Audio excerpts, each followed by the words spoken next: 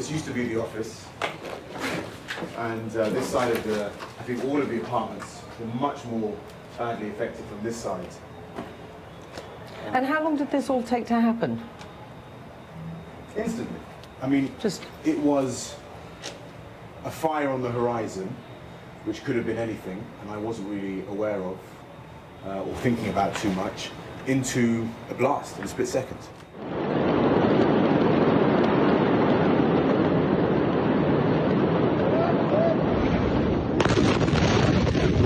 And I remember actually in the living room, I was on the phone, and I felt the ground tremble here, and very shaky. That's when I first thought that this can't be an earthquake. And I'm sure Lebanon has the odd earthquake, but it can't be this heavy. And then within a split second, I found myself just falling to the floor.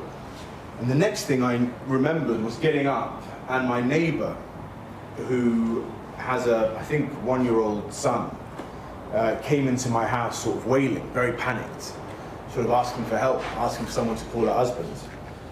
I kind of went over there and made sure that they were okay. She was trembling, so she handed me her child, and then we managed to sort of calm each other down, to be fair, and head down the fire escape down to the ground level. Oh my God.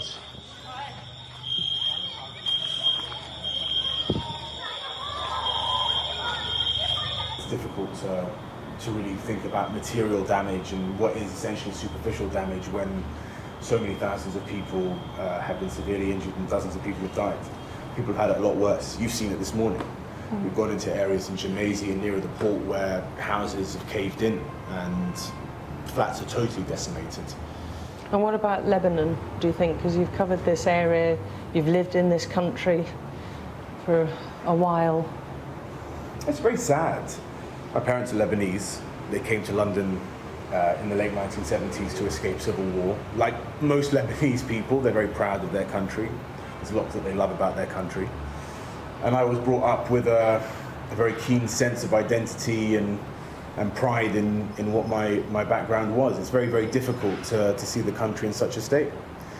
It's very painful to see your friends and family suffering like they are. It's very painful to see such inefficiency and inability to get things right and to provide services for people, to allow people to live ordinary lives. And it's almost, I mean, you couldn't write it, that in the midst of the worst economic crisis this country has ever gone through, when so many people are so desperate and a health crisis on top, that you'd have this kind of disaster. It's really upsetting.